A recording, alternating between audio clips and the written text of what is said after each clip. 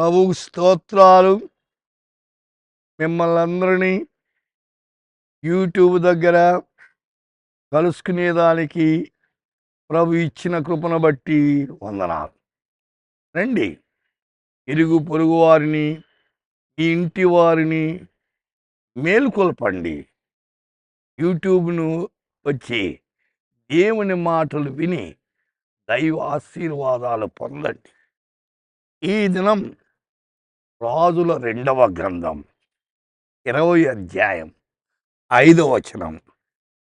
2 Kings 20 and 5th verse.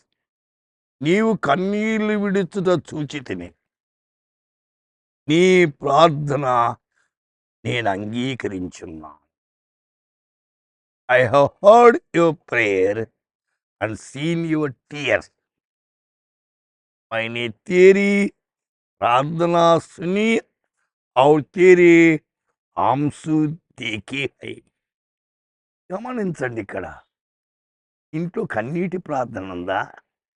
సంఘాల్లో కన్నీటి ప్రార్థన ఉందా? కన్నీటి ప్రార్థన అవసరం.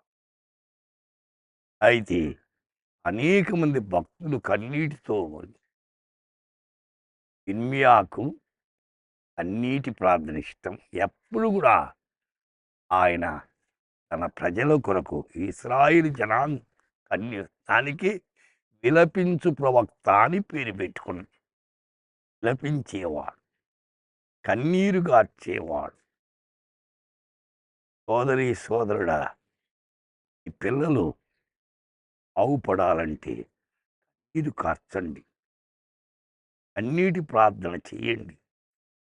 వారు నీకు వ్యతిరేకంగా ఉంటే, ప్రభువా పిల్లలు మార్చునాయనా అని కన్నీటితో మొరపెట్టండి.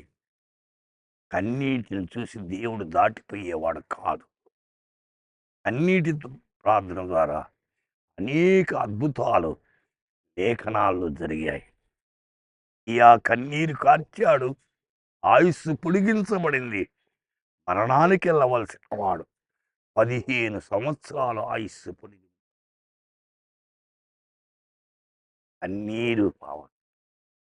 సరే, సొలొమోనుతో అంటాడు దేవుడు, నా సముఖమందు నీవు చేసిన ప్రార్థన విన్నపని అంగీకరించున్నాను.